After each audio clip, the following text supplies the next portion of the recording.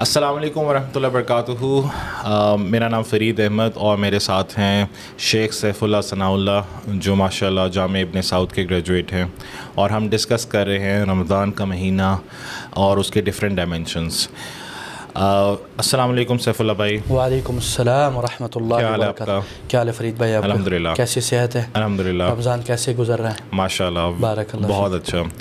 شیخ, ہماری جو ڈسکشن ہے وہ انشاءاللہ ہم سٹارٹ کریں گے اور ہم بینچ مارک بنائیں گے ڈفرینٹ احادیث کو اور انہیں سمجھیں گے تاکہ لوگوں کے نزدیک رمضان ہولسٹکلی 360 ڈگری کور ہو جائے.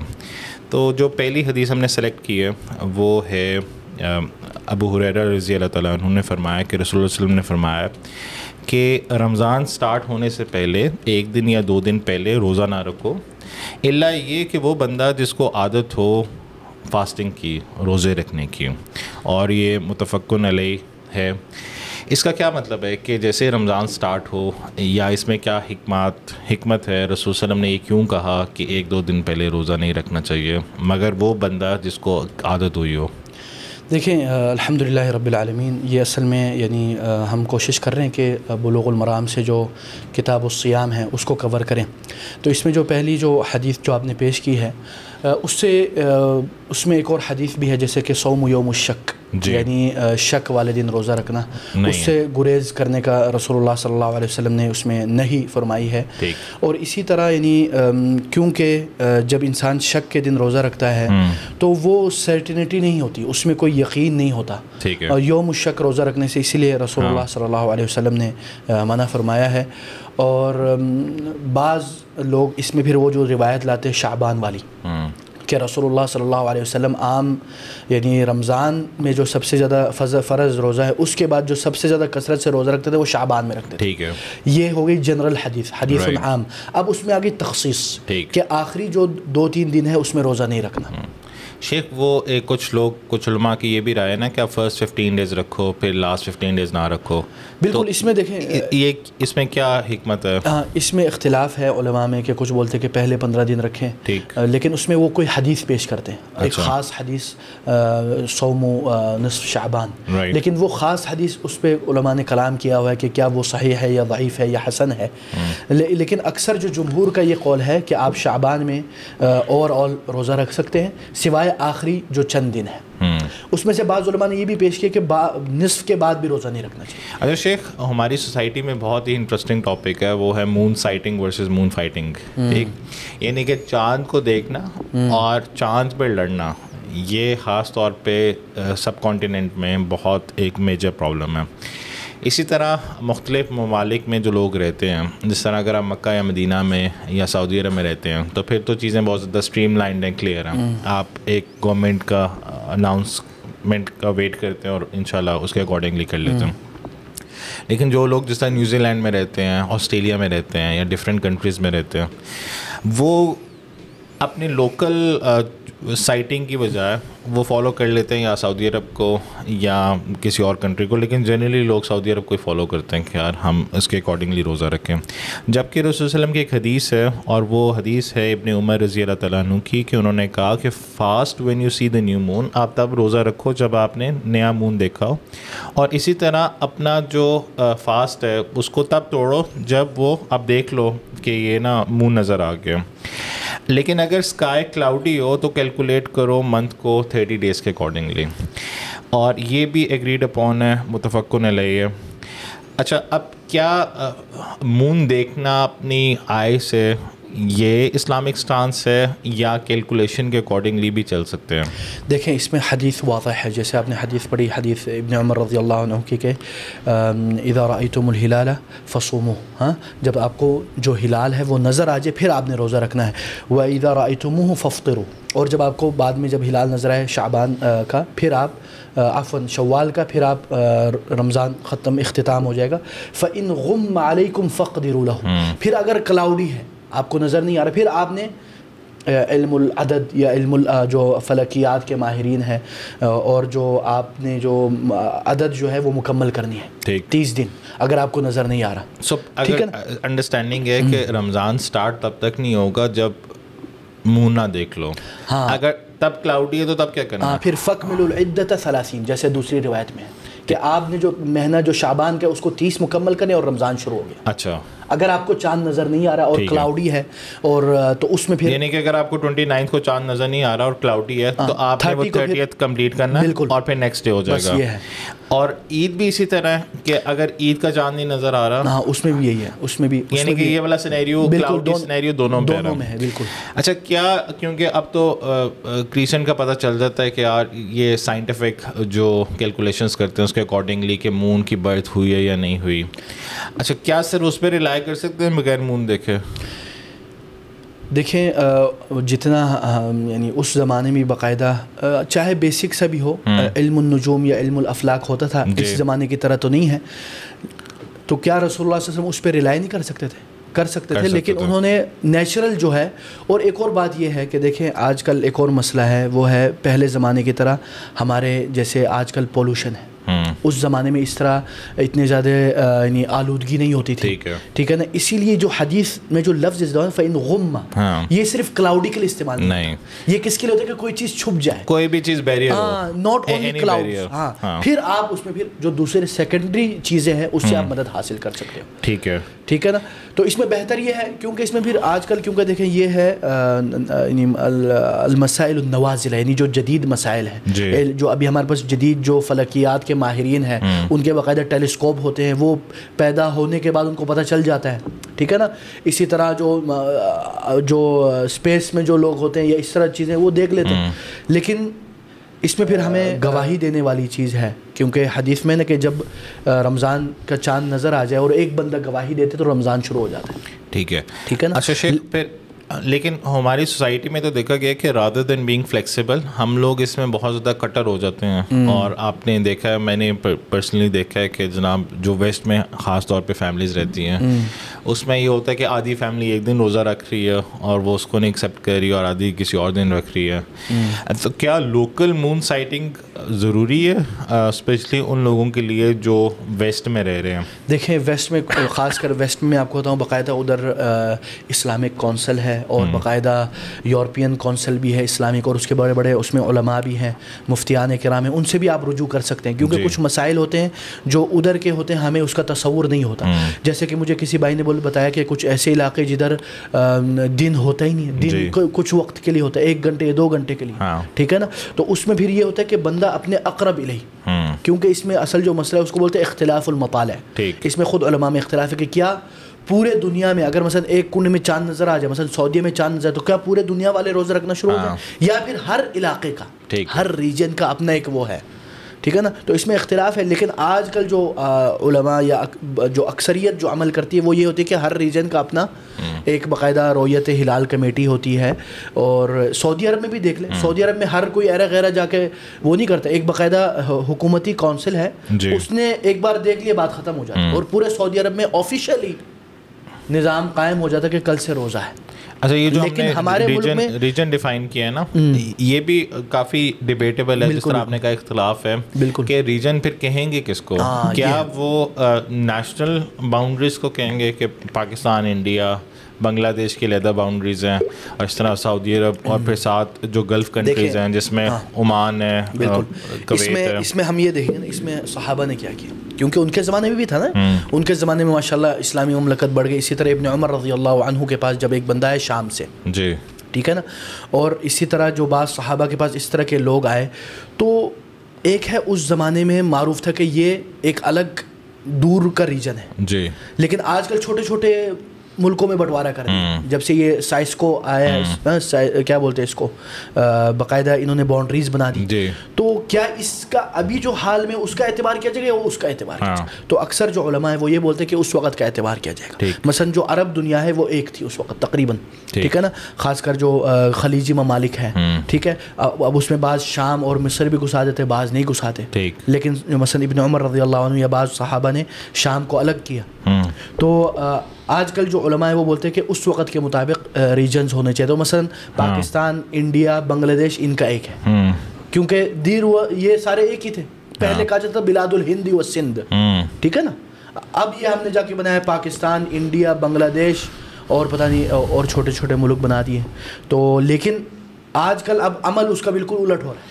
آج کل کیا ہو رہا ہے کہ پاکستان میں الگ ہلال کمیٹی ہے, انڈیا میں الگ ہے, اور بنگلہ دیش میں الگ ہے, اور تینوں کا الگ الگ ہوتا ہے. کبھی کوئی سعودیہ کے ساتھ منا رہا ہوتا ہے, کبھی کوئی ادھر کے ساتھ منا رہا ہوتا ہے. اور پاکستان خود ہمارے ملک میں بھی اگر آپ دیکھیں خود اختلاف پائے جاتے ہیں. آدھا ملک اپنے ہلال کے مطابق چل رہا ہوتا ہے ہلال کمیٹی کے ساتھ, آدھا ملک سعودیہ کے ساتھ چل رہا ہوتا ہے. اچھا شیخ, لیکن یہ بھی آن دی ادر سائڈ ہم نے اس طرح بھی کچھ لوگوں کو دیکھا ہے کہ وہ کہتے ہیں کہ پوری دنیا میں ایک ہی دن عید ہونی چاہیے اور اسی سے امت میں یونٹی ہوگی.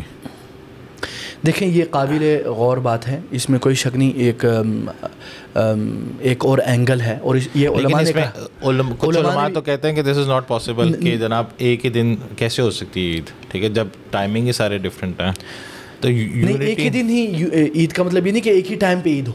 یعنی مثلا ہمیں پتہ ہے کہ یار, لیکن یہ کیونکہ نا دیکھیں ابھی مثلا ہمارے ملک میں ڈیٹ کچھ اور ہے, یا پورے دنیا میں ٹائمنگ کا بڑا مسئلہ ہے نا, تو اس وجہ سے پھر یہ ہمیں کرنا پڑتا ہے ریجن کی یہ چینجنگ.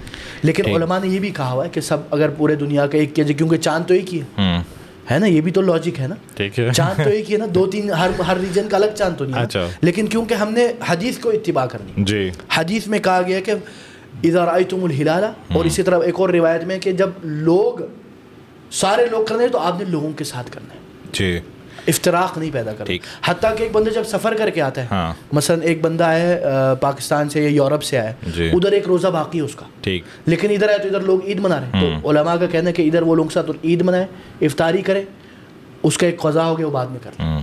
اچھا شیخ, پھر ہم ایک بہت انٹرسٹنگ اس پہ چل دیں گے, وہ اگلی روایت ہے, اور وہ ہے ابن عمر رضی اللہ تعالیٰ عنہ کی, کہ انہوں نے کہا کہ the people tried to sight the new moon so I informed the prophet of Allah that I have seen it. لوگ نیا چاند دیکھنے کی کوشش کر رہے تھے تو مجھے نظر آ گیا, تو میں نے رسول اللہ علیہ وسلم کو انفارم کیا, اور اس کے بعد انہوں نے فاسٹ کیا اور پھر لوگوں کو حکم دیا فاسٹنگ کا.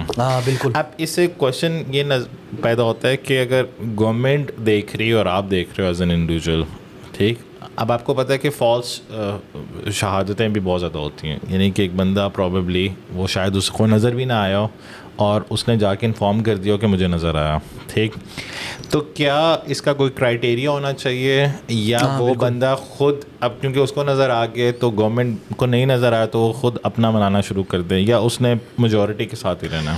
دیکھیں اس میں باقاعدہ یہ ہوتا تھا اس وقت کہ جب یہ ہلال یا رمضان کے قریب آ جاتا تو لوگ باقاعدہ جا کے دیکھتے تھے صحراؤں میں, اور یہی جیسے ابن عمر رضی اللہ عنہ نے حدیث میں فرمایا کہ ترا الناس, لوگ ہلال کو دیکھنے کے لیے نکلے. اور ٹھیک, ہمیں اس سنت کو, جو صحابہ کی سنت ہے, اس کو ریوائیو کرنا چاہیے. ہمیں بھی چاہیے کہ ہم اپنے گھروں سے نکلیں اور دیکھیں اور دیکھنے کی کوشش کریں, کیونکہ مسئلہ ہے نا, ہم لوگ شہروں میں بیٹھے, ہمیں کچھ نظر نہیں آتا. آپ صحرا میں جا کے دیکھیں کتنا خوبصورت سما نظر آتا ہے, اور آپ کو ادھر رمضان کا چاند بھی دکھ جائے تو اللہ اکبر, ٹھیک ہے نا. تو وہ بولتے ہیں کہ فاخبرت النبی صلی اللہ علیہ وسلم انی رأیت فصام وامر الناس بصیام, تو میں نے رسول صلی اللہ علیہ وسلم کو بتایا کہ مجھے وہ نظر آئے, اور رسول صلی اللہ علیہ وسلم نے پھر آرڈر دیا کہ سب روزہ رکھے. اور اسی کے بعد جو روایت ہے اس میں یہ بھی روایت ہے کہ ایک اعرابی آیا کہ رسول اللہ صلی اللہ علیہ وسلم کے پاس, ان اعرابیا جاء الی النبی صلی اللہ علیہ وسلم فقال انی رأیت الہلال, وہ آ کے کہتے ہیں کہ رسول صلی اللہ علیہ وسلم کو کہ یا رسول اللہ میں نے ہلال کو دیکھا. ایک اعرابی نے, اعرابی ہوتا ہے کہ ایک پنڈ میں رہنے والا بندہ, وہ آیا اور اس نے آ کے رسول صلی اللہ علیہ وسلم کو بتایا. اب ہر اعرابی کو رسول اللہ صلی اللہ علیہ وسلم نہیں جانتے, لیکن اوپر ابن عمر کو تو جانتے تھے, تو اس لیے ان سے پوچھ تاچھ نہیں کی. لیکن اس اعرابی کو کیا کرائٹیریا جو آپ نے کہا, اس کو کیا بولا, اتشہد ان لا الہ الا اللہ, کیا تم یہ گواہی دیتے ہو کہ اللہ کے سوا کوئی اور معبود برحق نہیں؟ تو اس نے بولا بالکل نعم. پھر ان سے پوچھا کہ کیا تم گواہی دیتے ہو کہ میں اللہ کا آخری نبی ہوں اور رسول اللہ ہوں؟ تو انہوں نے بولا بالکل نعم. تو پھر رسول اللہ صلی اللہ علیہ وسلم نے یہ آرڈر دیا, فأذن فی الناس یا بلال ان یصوموا غدا. رسول اللہ صلی اللہ علیہ وسلم نے بلال کو حکم دیا کہ یہ لوگوں میں اعلان کر دو کہ کل سب روزہ رکھیں. ٹھیک ہے, ٹھیک ہے. اب یہ اس وقت کے مطابق یہ بالکل الحمدللہ, یعنی اس وقت تو ٹیکنالوجیز ہے ہمارے پاس اور ذرائع ابلاغ ہے, فونز ہیں, اس وقت تو اس لحاظ سے آج اگر ہم دیکھیں اس کی ایک نئی ماڈرن ہم اس کو بول سکتے ہیں, مثلا جو جیسے سعودی عرب میں ہوتا ہے, اس میں کیا ہوتا ہے باقاعدہ حکومت کی طرف سے اعلان کیا جاتا ہے کہ لوگ جا کے دیکھیں, اور ان کی حالانکہ ان کی اپنی ہلال کمیٹی بھی ہے, ٹھیک ہے, یہ نہیں کہ نہیں ہے, اور لوگ جاتے ہیں, جو لوگ زیادہ ماشاءاللہ شوقین ہیں وہ جا کے دیکھتے ہیں, اور جو آ کے بتاتا ہے نا اس کو باقاعدہ ایک مشلح, ایک خوشبو اور اس کی گواہی ریکارڈ کی جاتی ہے. سبحان اللہ. تو آپ کو یقین نہیں ہوگا ملک کے اطراف سے گواہیاں آ جاتی, شیخ آپ نے کتنے گواہیاں دی ہیں یار, مجھے جب کوئی چیز مل رہی ہو تو وہاں پہ آئی ایم شیور شیخ آپ پہنچے ہوں گے. نہیں اس طرح کچھ آپ نے دی کوئی گواہی؟ میں نے کبھی کیونکہ موقع ہوگا ان کو, میں نے کبھی پوچھا نہیں. المہم اس طرح ہوتا ہے. تو یہ ایک ماڈرن طریقہ ہے, لیکن یہ کہ حکومت جب ایک بار اعلان کر دیں تو ہمیں اس کے اوپر خاموش اور بسم اللہ کرنا چاہیے. یہ نہیں کہ مزید اختلافات پیدا کریں اور آدھا ملک کسی اور دن عید منا رہا ہے, آدھا ملک کسی اور دن عید منا رہا ہے, اور ایک گھر میں باپ روزہ رکھ رہا ہے, بیٹا روزہ نہیں رکھ رہا, باپ عید منا رہا ہے, بیٹا عید نہیں منا رہا. تو یہ تو اختلاف کی انتہا ہے.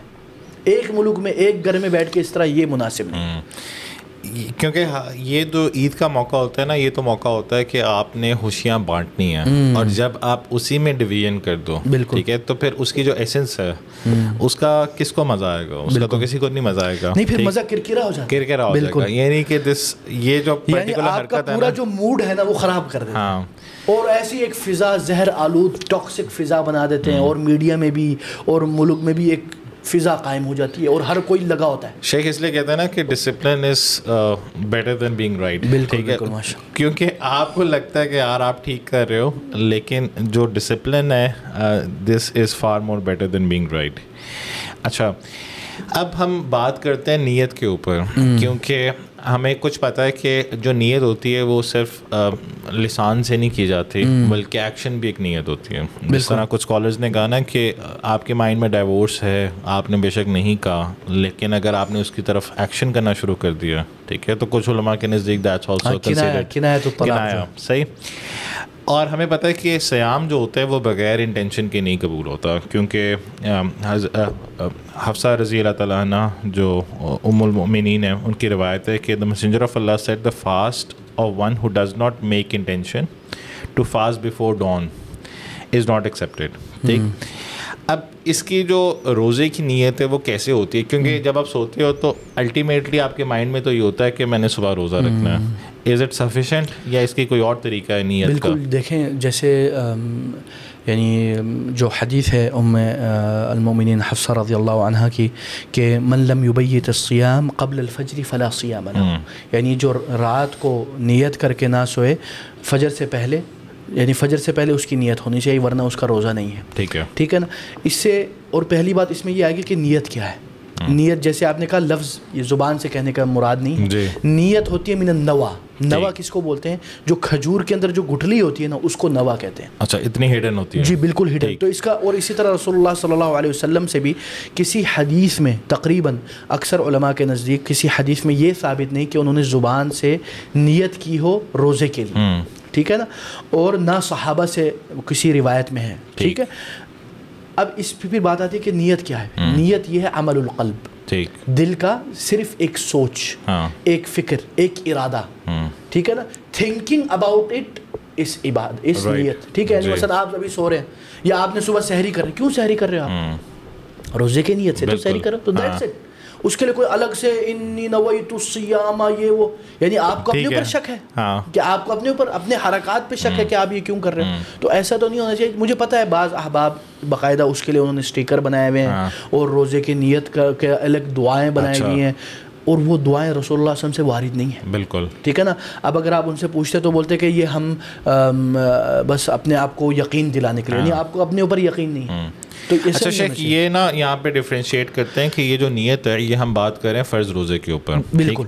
اچھا, سو ایک بندہ اگر صبح اٹھا ہے, یعنی کہ فجر کے بعد وہ سو گیا اور اس نے کچھ نہیں کھایا پیا, اور وہ صبح اٹھا نارمل ڈیز میں, اور اس نے ابھی سوچا کہ یار یہ میرا نفلی روزہ ہو جائے. بالکل. اس میں تو اس سینیریو میں, نفلی سینیریو میں اس کا روزہ فرام دیٹ پوائنٹ سٹارٹ ہو جائے گا. بالکل. اس میں فار انسٹنس ایک بندہ اس نے فجر کی نماز پڑھی ہے, سو گیا, صبح اٹھا ہے وہ 11 بجے, ٹھیک, اور اس نے سوچا ادھر ادھر کھانے کو پرابلم نہیں ملا یا کوئی بنانے والا نہیں ہے, اس نے کہا یار چلو آج نا میں نفلی روزہ رکھ لیتا ہوں. ٹھیک, کیا یہ نفلی روزہ اس کا ایکسیپٹیبل ہوگا؟ بالکل. اس میں دیکھا نا حدیث ہے, رسول اللہ صلی اللہ علیہ وسلم ایک بار آئے, دن کا ٹائم تھا اور نفلی یعنی کوئی رمضان کا دن نہیں تھا, آ کے پوچھا کہ کیا حلفی غدا, یعنی کیا کوئی کھانا, کوئی تو گھر سے آواز ہے کہ کچھ بھی نہیں, تو رسول نے فرمایا کہ فإنی صائم, تو میں نے روزہ رکھ لی. صحیح. تو اس سے یہ, ہاں اسی ٹائم پہ, تو اس سے یہ ثابت ہوتا ہے کہ آپ دن کے وقت روزہ کی نیت کر سکتے ہیں نفلی.